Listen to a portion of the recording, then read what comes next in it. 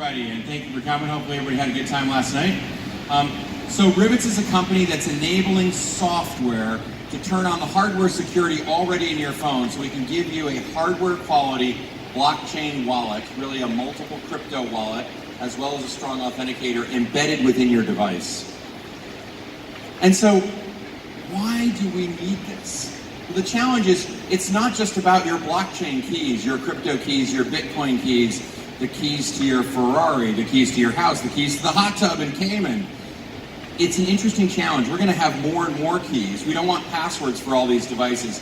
We want our devices to control these items. And so that's really the challenge. How do we make your passwords go away? By enrolling your device.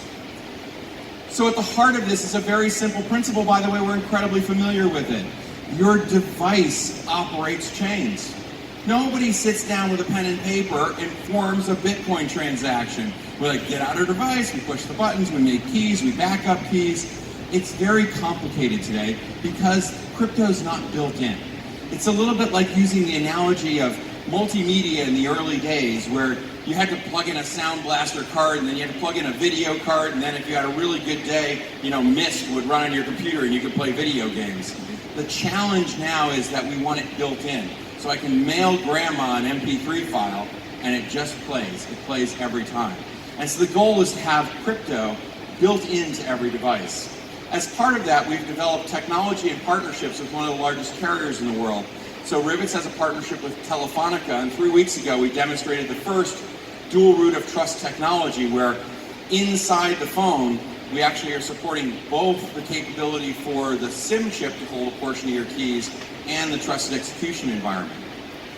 So what that makes possible is that we can now bring policies to keys. So inside your device, kind of like almost running a smart contract inside your device, what we're able to accomplish is, I can say, here's a key, you can only use it if you're an employee, or here's a key that only works if you're at home, or here's a key and mom has to push her phone button also to release your key because you're not allowed to spend money unless mom approves it. We can then carry that information all the way through to the blockchain. Here's the challenge, and you're going to see this on everybody else who presents. Ask this question: can I prove the data on the chain is real?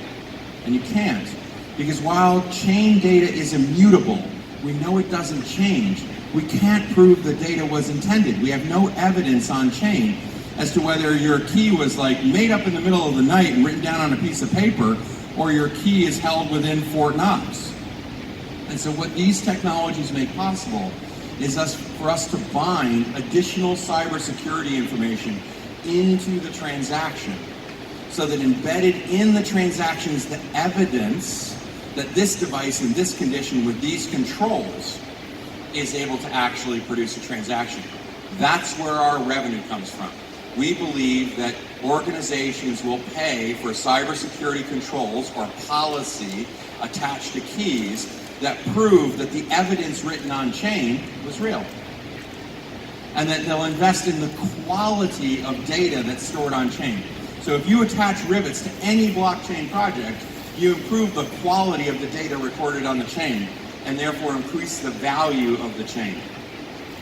This is built on hardware, inside your phones, embedded in the silicon, on over 1.4 billion mobile handsets already, is the hardware security we can address over the air. I can provision Rivetz to a Samsung phone over the air. I don't have to touch your phone. We do that from the supply chain root of trust, all the way from the bottom of the hardware, from Samsung's manufacturing keys, all the way up to the surface. And so this is a set of technologies called trusted computing, and we believe trusted computing is absolutely critical to helping operate chains. So I come from that industry. We spent 20 years in that industry helping build infrastructure for PCs and others. Rivetz as a company was designed to provide this for mobile. As part of that, it's important to understand in our business model and our execution that we actually have a very strong cybersecurity mobile business as part of what we do for the blockchain industry, but it also functions for IoT and for cloud as well.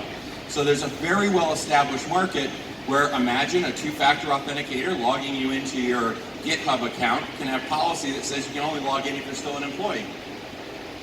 Oh, companies will pay for that, and they'll pay per subscriber, per device on a daily basis. So in our business, it's really about how do we combine services The more services, the more reasons there are to use this.